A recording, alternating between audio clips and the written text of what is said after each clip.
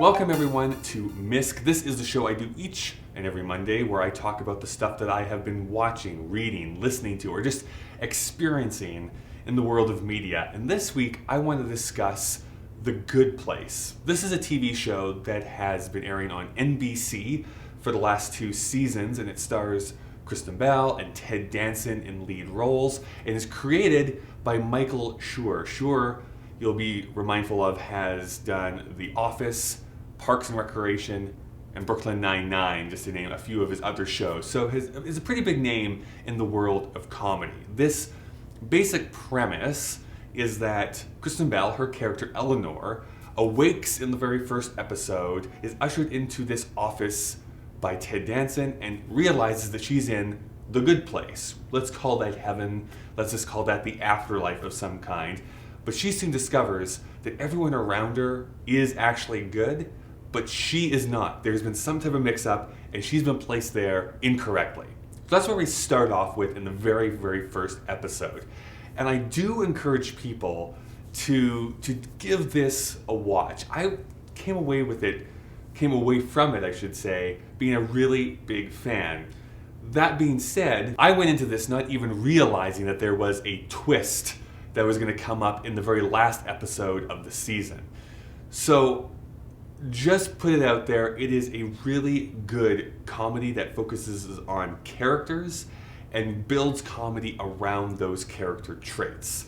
I do appreciate too that they've done a pretty good job of being pretty inclusive of all the major religions. They do not kind of sway one way or the other. Also, big shout out to the fact that they name dropped Calgary in the very first episode. I was a big fan of that. But I think that this is one of those times, much like The Office or Parks and Rec, where every character has been cast completely perfectly.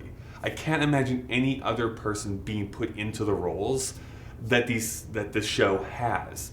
And a lot of the comedy is that Kristen Bell's character is trying to learn how to be a good person now that she's been brought into the good place. She wants to make sure that she can exist there and be there without having to feel bad about her previous life on Earth. And there's a lot of great comedy that comes from that.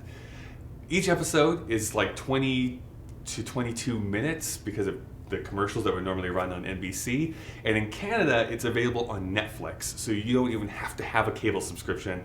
The whole first season is available right on Netflix, and I've heard that in other markets like the UK and Australia, that even the new episodes from season 2 are aired like the next day.